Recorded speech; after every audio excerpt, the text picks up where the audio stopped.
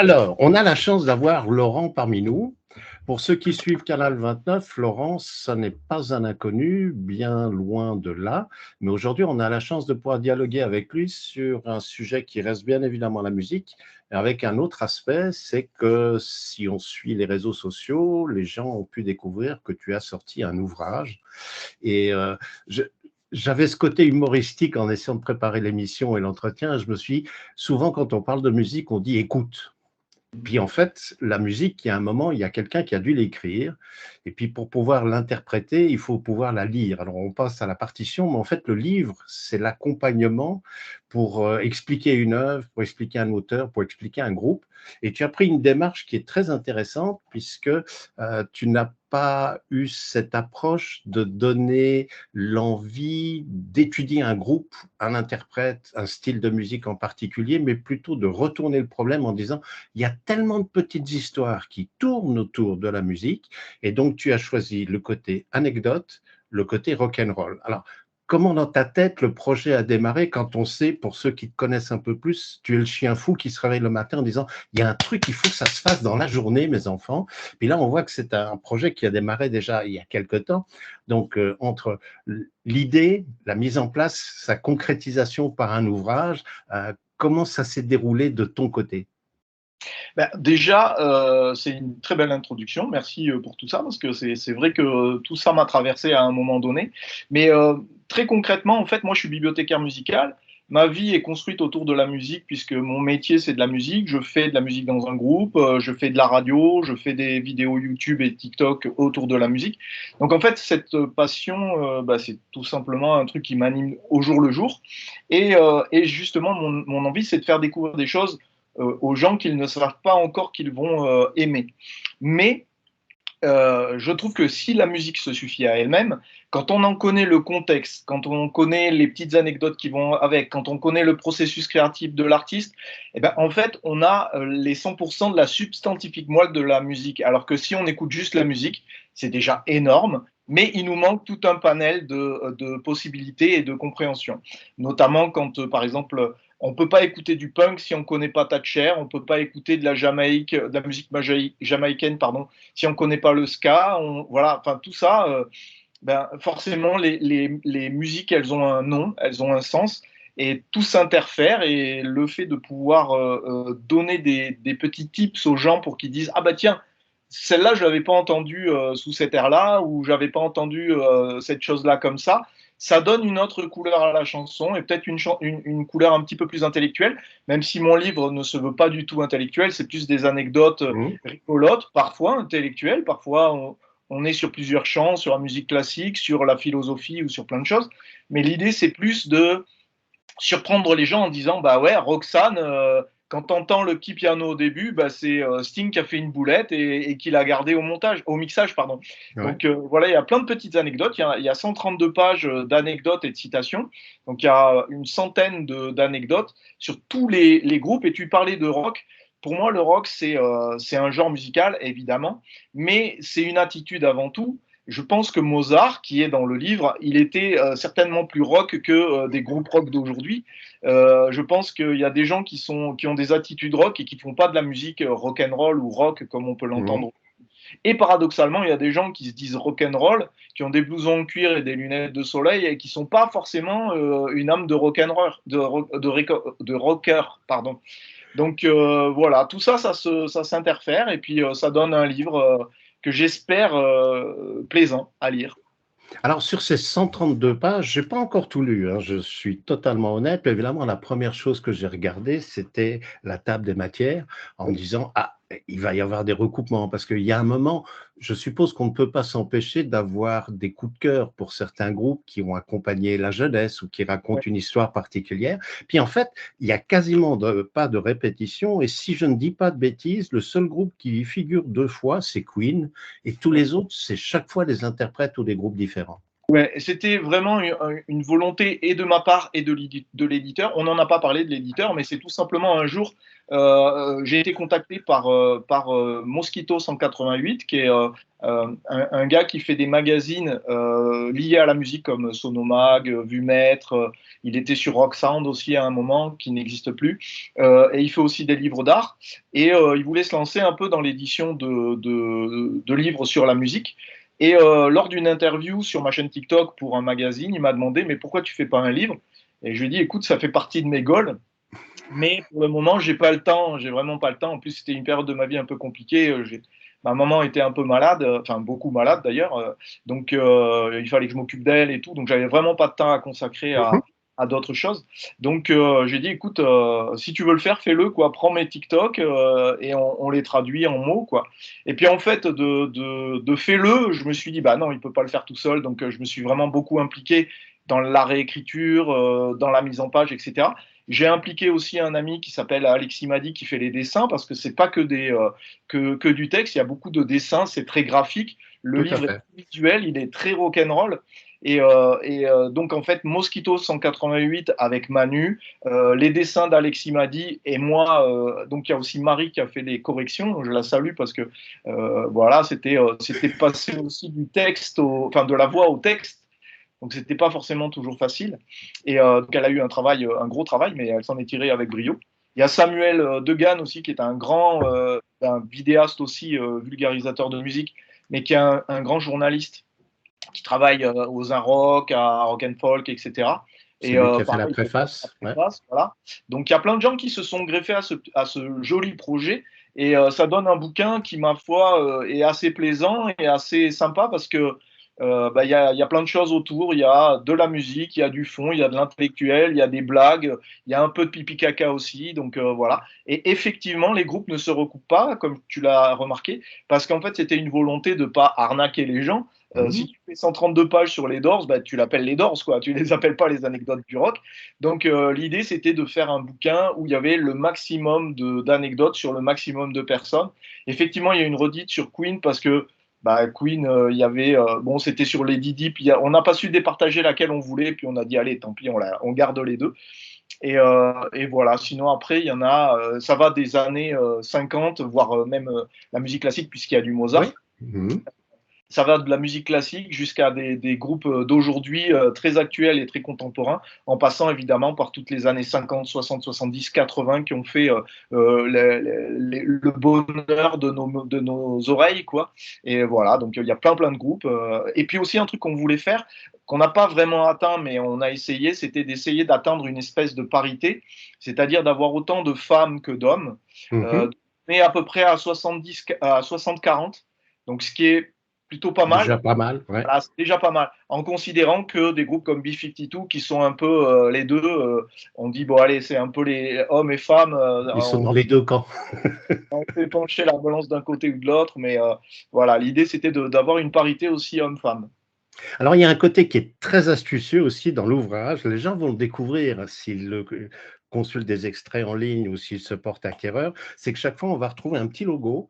Alors, Ouais. puisqu'on parle d'une anecdote, c'est est-elle avérée? Est-ce que c'est une rumeur? Ou alors, il y a forte chance que ça soit une grosse foutaise, mais paradoxalement, elle continue à s'échanger dans le bouche à oreille et devient quasiment institutionnelle. Voilà, puis il faut dire que c'est celles qui nous plaisent le plus, hein, les anecdotes qui sont complètement légendaires où on sait que c'est pas possible, mais c'est celles qui se véhiculent le plus et celles qu'on adore raconter. Et moi, j'adore les raconter aussi. Mais attention, mon travail, il est sourcé, il est, Mhm. je fais partie de deux labels avec ma chaîne YouTube et TikTok, qui est un label de musique, Mediapason, et un label Oui. d'histoire, qui est le label Hérodote. Et ces Mhm. deux labels, eh ben, on peut pas dire n'importe quoi, il faut que ce soit sourcé, il faut que ce soit avéré. Quand on dit quelque chose, il faut que ce soit recoupé des milliards de fois, sinon on lèse en fait l'auditeur ou le téléspectateur.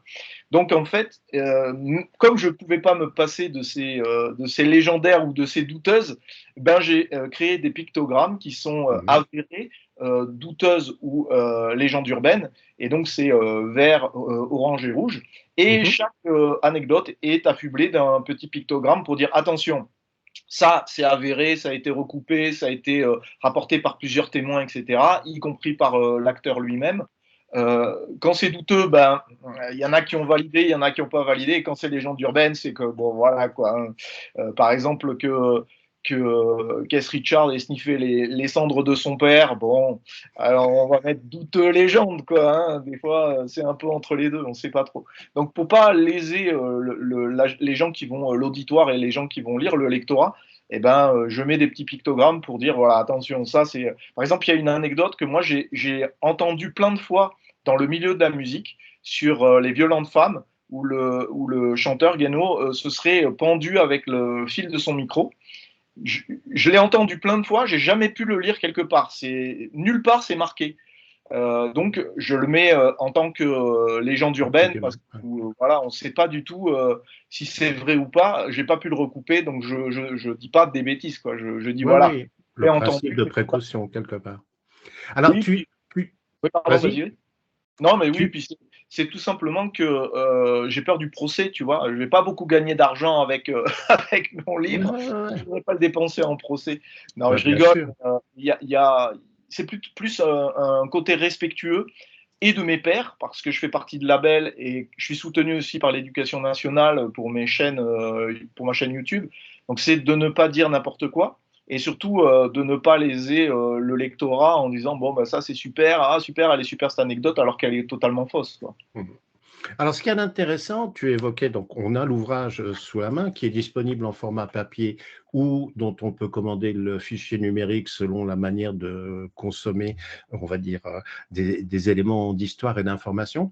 Mais l'aventure a commencé sur les plateformes Internet, Exactement, ouais. TikTok, YouTube, mais avec deux restrictions. C'est tu es dans un format qui est un mode portrait, pas le paysage, donc déjà, il faut s'adapter.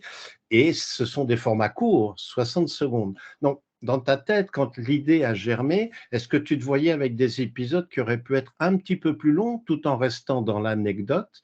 Ou est-ce que le 60 secondes s'est imposé en disant comme ça, je m'oblige à devoir rentrer sur efficace, court, et ça marque les esprits? Alors c'est encore plus complexe que ça, c'est-à-dire que sur TikTok, tu peux faire des vidéos de 0 à 10 minutes. Donc ça, c'est plutôt plaisant, en sachant que si tu fais plus d'1 minute, tu seras jamais ni mis en avant ni vu. Oui, Donc, il faut être autour de la minute. Et si tu veux être monétisé, il faut que tu dépasses 1 minute. Donc, d'accord. et tu n'as pas le droit de mettre de musique du coup. Et si tu es Mhm. en deçà de la minute, tu n'es pas monétisé, mais tu peux mettre de la musique. Et sur YouTube, c'est l'inverse, c'est-à-dire que pour créer des shorts, il faut que tu sois en dessous d'1 minute. Et Ouais, tu ne peux pas mettre de musique quel que soit le format que tu choisis. Donc en fait, pour TikTok, il faut faire un format de plus d'1 minute. Pour YouTube, il faut faire un format de moins d'1 minute. Donc j'essaye de jouer tout le temps. Alors, je ne me force pas à faire des formats d'1 minute pour être monétisé parce que la monétisation ne m'intéresse pas. Moi, je travaille, je suis bibliothécaire, j'ai plein de projets à côté qui me rémunèrent, etc. Et je dirais TikTok et YouTube, c'est plus une respiration, c'est plus une récréation. Donc, j'ai pas l'envie d'être rémunéré. D'ailleurs, sur YouTube, je n'ai pas de rémunération. J'ai enlevé la rémunération. Enfin, je l'ai jamais mise. d'accord. Ouais. La seule rémunération qu'il y a sur YouTube, c'est quand je me fais euh, rattraper par des labels qui disent: Eh oh, mais ce groupe, il est à nous, donc la vidéo est à nous. Et Et du coup, ma c'est vidéo nous de qui 10 allons minutes, encaisser. ils prennent des sous. Je pense que le mec de Sony Music ou de IMI, ils ont des piscines grâce à moi, ces salopios là. Voilà, donc je monétise pas. Et des fois sur TikTok, bah, quand ça dépasse 1 minute, bah, je suis monétisé, mais malgré moi, parce que c'est comme ça. L'algorithme fait que, enfin, l'application fait qu'on est rémunéré, même si on n'en a pas le souhait. Mhm. Bon, bah voilà. Donc, du coup, je joue avec ces formats d'1 minute. Mais sur le bouquin, en fait, bah, j'avais la contrainte de la page. Donc, il Ouais, fallait que la minute, en fait, soit contenue dans la page. Donc, bah, je raccourcissais ou je rallongeais en amenant un petit peu d'eau au moulin. L'idée, c'était pas non plus encore une fois, comme sur les réseaux sociaux ou comme sur le bouquin, l'idée, c'est pas d'essayer de trouver un truc pour raconter une histoire, pour avoir le bon format. Si ça se dit en une phrase, ça se dit en une phrase. Mais il fallait que ce soit un petit peu joli, que le format soit un peu récurrent et que ce soit, voilà, que ça rentre dans la page, quoi. Donc c'est pour ça, il y en a par exemple comme les Sharks, c'est, c'est les Shags, c'est un groupe états-unien, un trio états-unien qui est complètement fou. qui est adulé par les plus grands Nirvana, Radiohead, etc. Et en fait, celui-là, je pouvais pas le faire en une page, il fallait que ça prenne 2 pages, quoi. Donc, Mhm. bah, j'ai raconté vraiment leur vie dans le détail, et ça donne une anecdote qui est certes un petit peu plus longue, passionnante et qui est foisonnante de plein d'informations. Donc ouais, voilà, faut trouver le juste milieu entre les formats YouTube, TikTok, littérature. C'est un peu jonglé, mais bon, le cirque, ça manquait à Ce mes à quoi je cordes. pensais, c'était donc il y a une dizaine de jours ou un petit peu plus, tu as commencé à passer l'annonce comme quoi l'ouvrage allait sortir. Sur le site dont on va donner l'adresse, bien évidemment, il était mentionné qu'une fois que les gens avaient passé commande, il fallait compter à peu près une dizaine de jours en moyenne pour que les ouvrages arrivent. Et la preuve, c'est que il est arrivé. Donc, de France en Suisse, tout fonctionne bien. Maintenant, quels ont été les retours suite à ton annonce de la communauté, les amis, la famille, bien évidemment, qui doit se réjouir de dire tiens, Laurent, il a encore une nouvelle corde à son arc. Qu'est-ce que tu as eu comme élément en se disant c'est fou, il y a tous les côtés de l'éventail, ou alors on sent que ça pouvait quand même répondre à un besoin et personne n'avait osé s'aventurer sur cette niche? Eh ben, en fait, bon, déjà, j'ai pas beaucoup communiqué. J'ai communiqué que sur mes réseaux. Et en fait, on n'a pas communiqué encore parce que l'idée, c'était de le sortir un peu en septembre-octobre, là, maintenant. Oui, Et par contre, pour que ce soit vraiment efficace pour Noël. Donc, en fait, on n'a d'accord. pas vraiment communiqué autour de la sortie de ce livre. On a vraiment communiqué autour des amis et de la famille. Donc, Ok. pour l'instant, c'est un peu confidentiel, on va dire. Et pourtant, on en a vendu quand même pas mal. Donc l'éditeur est super content parce qu'il dit waouh, ça démarre super bien. Bon, après la force des réseaux aussi, hein. Mais donc ça c'est plutôt cool. Mais pour l'instant on n'a pas encore. Donc il y a plein de libraires qui l'ont pas reçu, il y a plein de Ok. disquaires qui l'ont pas reçu, parce qu'il y a plein de canaux de distribution. Il y a des librairies qui se sont positionnées, donc notamment plutôt des librairies spécialisées musique, Mhm. parce qu'on n'a pas envie d'aller à la Fnac, on n'a pas envie d'aller à Cultura, c'est pas trop notre délire parce on est self-made main, donc Oui, on oui, a oui, oui. envie de faire un peu tout, et puis surtout la Fnac ou le Cultura, sans les dénigrer, hein, ils sont Mhm. super et c'est très cool, mais c'est juste que, bon, déjà, si t'as pas de cadeau à faire, t'as pas besoin d'aller à la Fnac, bon, non, Mhm. mais je rigole. Mais c'est qu'ils prennent 60% ou 40% sur le bouquin, ce qui fait qu'en fait, il reste plus rien une fois que tu l'as tu l'as imprimé, tu as payé le correcteur, il reste plus rien pour l'auteur, donc c'est un peu dommage. Donc on a préféré prendre des canaux un peu plus écolo et un peu plus sympa avec nous.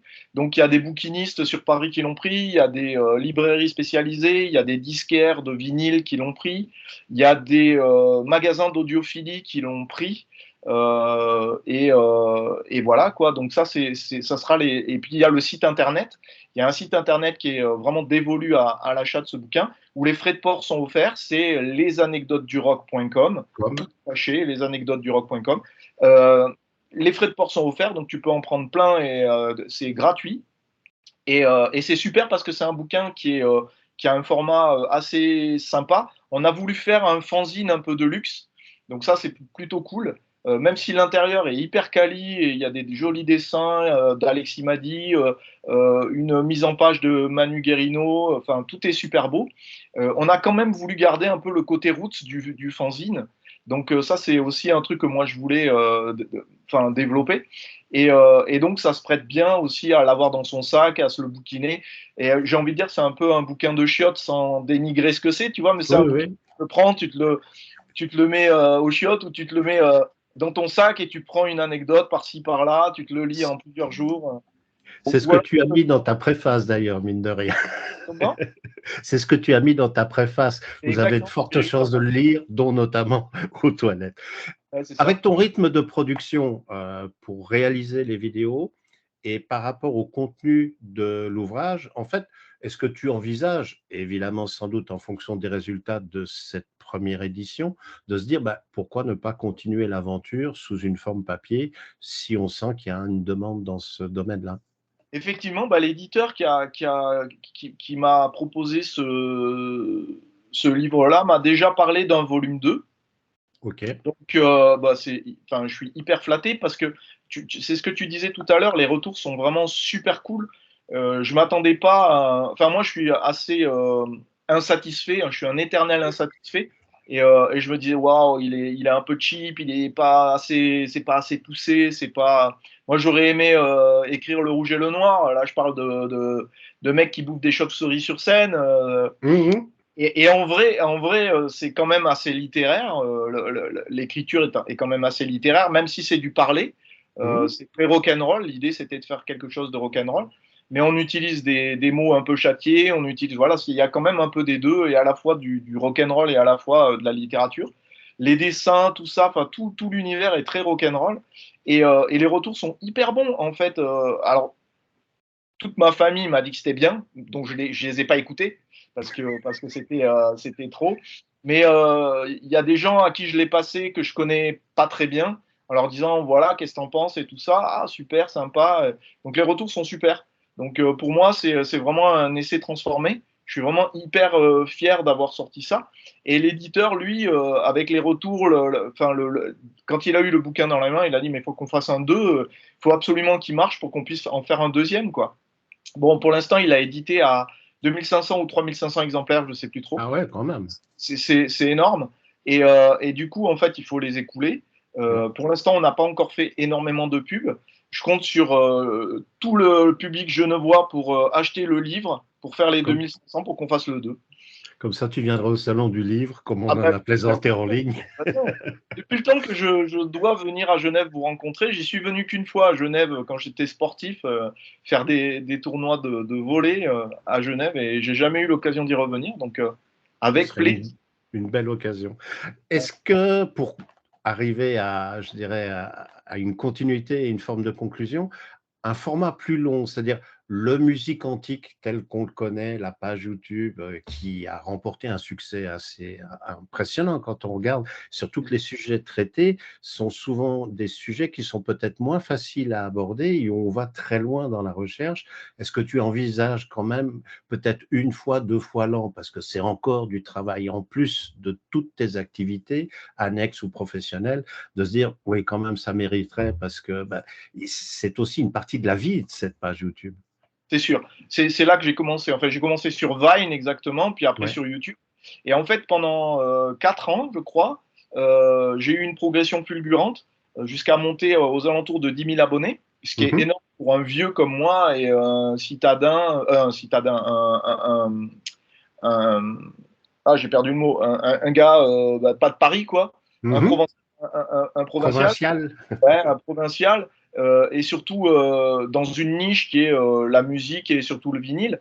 Et ben, donc ça s'est super bien passé. Puis un jour, l'algorithme a changé et j'ai été complètement invisibilisé. C'est-à-dire que j'ai perdu 3000 abonnés en une semaine, et en 3 ans, j'ai pris 100 abonnés.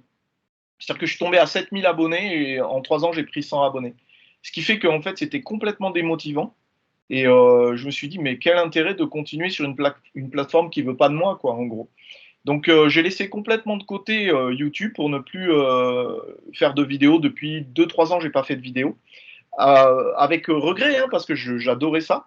Mais travailler pendant plusieurs heures sur un projet et faire 2 vues et perdre 20 abonnés, c'est pas très agréable. Mhm. Donc je me suis dit, bon, bah, tant pis, je vais aller sur un autre média. Et mes enfants m'ont parlé de TikTok. J'ai développé ce média TikTok où je suis monté à 35 000 abonnés assez rapidement. Donc c'est devenu mon média en fait. Mhm. Et comme je faisais des TikTok, je me suis dit bah, pourquoi pas faire des shorts vu qu'il existe, autant le mettre. Et là, petit à petit, au bout de quelques mois, quelques années, bah, l'algorithme TikTok a été de nouveau favorable. Et là, en fait, je reprends des abonnés, chose qui n'était pas arrivée depuis 3 ans. Donc, je reviens à mes 10 000 abonnés perdus. Mhm. Là, je suis à 9 980, je crois, un truc comme ça. Il Ouais, me ouais. manque une centaine d'abonnés pour arriver aux 10 000. Donc, je suis très, très content et ça me remotive. Et effectivement, j'ai très envie de refaire une vidéo plutôt longue. Mais j'ai envie d'un sujet sympa, d'un sujet un peu voilà, qui me tienne à cœur. Et pour le moment, entre le livre, j'ai un groupe de musique, je fais de la radio, je bosse, parce que je suis Mhm. étranger. J'ai Euh, entendu parler de ça.